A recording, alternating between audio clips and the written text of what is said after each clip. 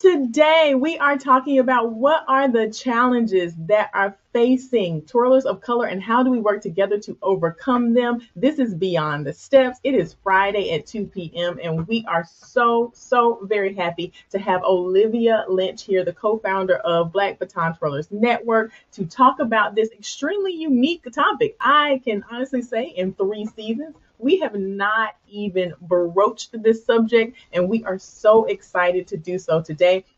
You might notice that my amazing and wonderful co host is not here today. She is away at a trade show.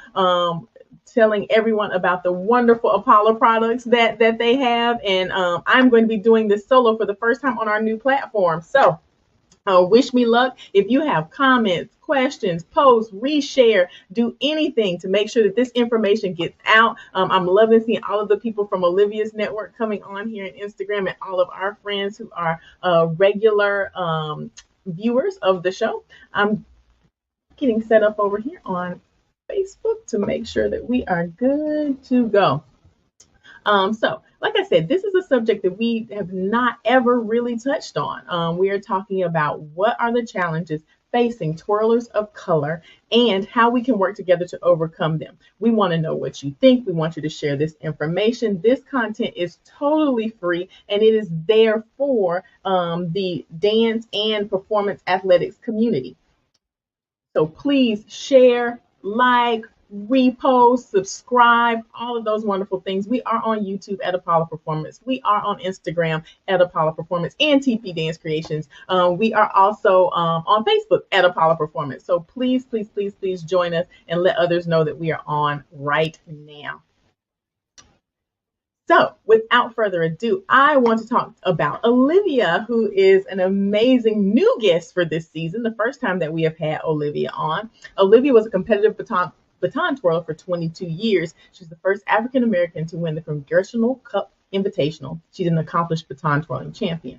Some of her Junior World Performing Arts some of her credits are Performing Arts Champion 2004, Preteen Guard National Champion 2006 and 2009, and 2012 NBTA World Baton Team Champion with the Wheaton Dance Twirl Team, 2010 USTA Northeast Regional Solo Champion, and 2013 Disney Night of Stars Specialty Act winner. Your talent is amazing. I have never done this. I cannot wait to learn more about twirling. She has had her dual bachelor's degree in public relations and advertising from Point Park University. She currently works at the University of Pittsburgh in the Alumni Association as the manager of young alumni and student programs. She focuses on community building, professional development, and traditions. Olivia is still involved in the sport of baton twirling. She is one of the baton twirling instructors at Howard University, Dazzling Diamond Twirlers. Olivia is the co-founder and president of Black Baton Twirlers Network, which is a 501c3 nonprofit. Black Baton Twirlers Network is a pioneering and positive change in redefining what it means to be inclusive in the sport of baton twirling. They're building a network that connects twirlers, grows their real-world knowledge, resources, and elevates their twirl. Olivia, thank you so much for being here with us. Of course, and thank you for having me. I'm so excited to be here.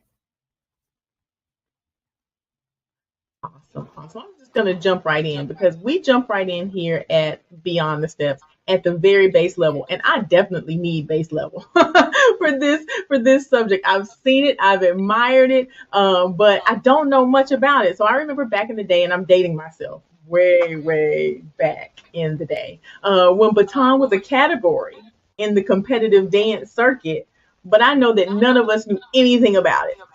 So is it a really large community? And is it still growing or is it dwindling? Because I don't see it that much anymore. Yeah, it's definitely a large community. I think baton really hasn't had the exposure as our other performing arts sports like dance, cheerleading, ice skating. But it is a large community and it's continuing to grow. And there's so many different types of baton twirling, which we'll talk about a little bit later, that you can get involved. So definitely there, 60s and 70s, that's really where the height of baton twirling. You would see it in commercials, you would see it in the movies, and hopefully we're getting back to that with the growth of baton twirling and some of the things that our sport is working on. Awesome. So 60s and 70s were the height of it. How did you get into baton twirling? Was it a family thing? How did you end up there? No, it's definitely not a family thing. So I'm adopted. My mom actually, she was a field hockey champion, and she actually was on Team USA, and she really wanted me to go in that. So she was very upset that I decided to go into Field hockey, twirling, yeah. no. Great sports is not my thing. So actually, I started kindergarten early, and my kindergarten teacher told my mom, I went to Catholic school, and she told my mom, like, hey, like, your daughter can't hold a pencil. Like, we need to figure this out.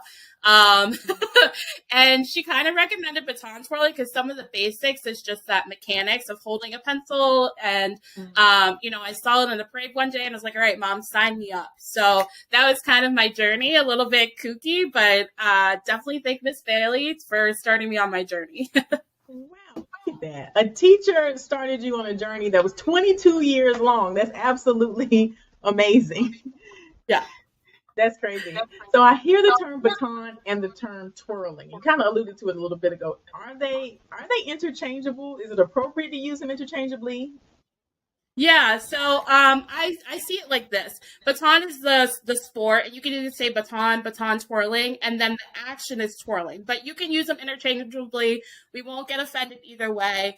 There's also like Okay. majorette. That word kind of flies around too, depending on where you are at or schools and stuff. But definitely baton and baton twirling or baton. You can interchangeably use So them. is being a majorette the same thing?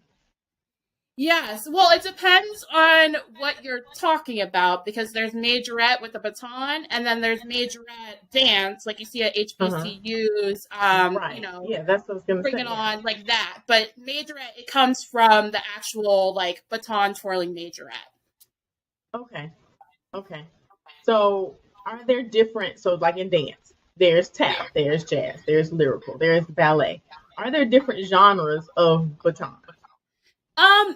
There's different levels of baton twirling. So we have recreational, and that can be, marching in parades. It could be, Mm-hmm. a school performance or community level. Then you have like our highest level, which is like our competitive level. And that's from novice all the way to elite level where you get to travel the world and represent your country and just meet some really awesome people from internationally.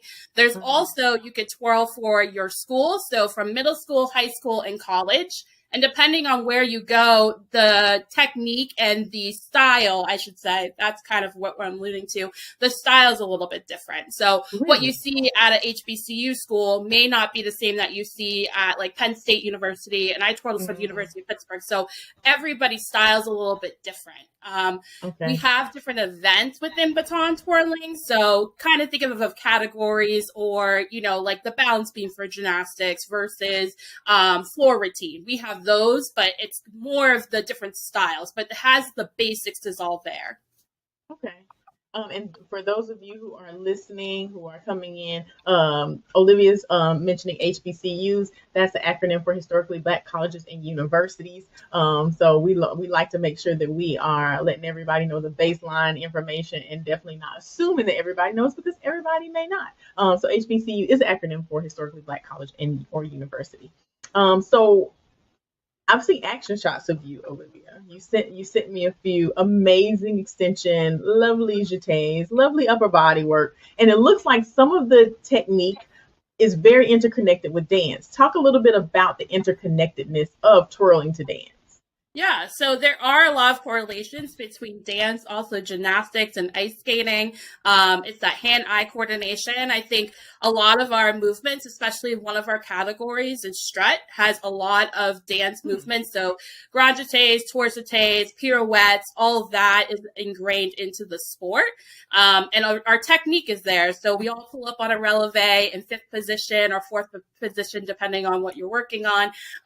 But there's definitely interchangeably. I know when I was just starting, I actually started in dance and then I picked up baton. Okay. So there's a lot of dance studios that offer baton twirling and then vice versa. There's a lot of baton studios or groups that offer dance as well because it is really important to be able to elevate yourself as an athlete and be able to do a lot of the movements. You have to have that flexibility, the musicality. So they really align each other hand in hand. Mhm. Absolutely. So where are you originally from?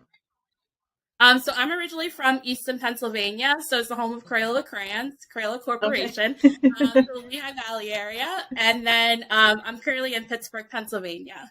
Okay. Okay. I was asking because I don't know, is it a geographic thing? Do you find that in different parts of the country it's bigger than other? I mean, I know in the South it used to be huge in the South. Do you find it's different in geographic areas? I think there's different types of twirling in different geographical areas. So definitely in the South, there's a lot of majorette groups, and they are Okay. fantastic. They spin those batons. Like I can't do that, and just stay in step and just flip like it's amazing. But yes, I do think it's geographically, and it just depends on what opportunities and resources are available in your area. So we Okay. do have, I would say the majority of the United States have some type of twirling opportunity, but it just kind of depends on the level and the different style that they have. Mhm. Awesome. For those of you who are just joining us, we are talking to Olivia Lynch, co-founder of Black Baton Twirlers Network today about the challenges that are facing twirlers of color and how we can work together to alleviate those challenges and overcome those challenges. If you are tuning in from Instagram, please tag somebody who would benefit from this conversation or who would find it interesting. If you are on YouTube, please share and subscribe. And if you're on Facebook, please share as well. And these episodes will be available at TP Dance Creations at Apollo Performance after this and on our podcast. Remember, we said we're doing a podcast. We are going to be coming out with our first series of podcast episodes in December. So make sure that you are on the lookout for that.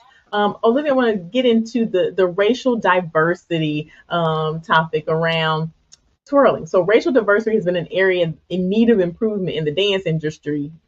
I don't for eons and eons and eons. Is it the same in twirling? Yeah, I definitely think that there is some area of growth. And I think starting the Black Baton Twirlers Network, really stepping out of my bubble of baton twirling, I've met Mm-hmm. so many people that have been in the dance space, ice skating, gymnastics, and it's all kind of the same thing. We still have some of the same barriers with resources. So definitely something that needs improvement, but I think we're moving in the right direction. So is it that the do you think is lacking representation? Like how many times I know when I was a dancer back in 90s into, early to no, it was the late 90s. No, it was late 80s and 90s. Sorry, I was moving my timeline up. Late 80s all the way into the 90s when I was a competitive dancer. I could be when I went to a competition one of three. Yep. Is it do you feel that representation and then even representation at the level of being a choreographer or a teacher or a leader like you have been, do you feel like there's a lack of representation there? There is, and I think it's just the exposure, to be honest. I Okay. think there are a lot of professional Black baton twirlers, twirlers of color. It's just Mhm. we don't know that they're out there. Just like you said, like going to a competition in the elite level, there is maybe one, two, or three of us.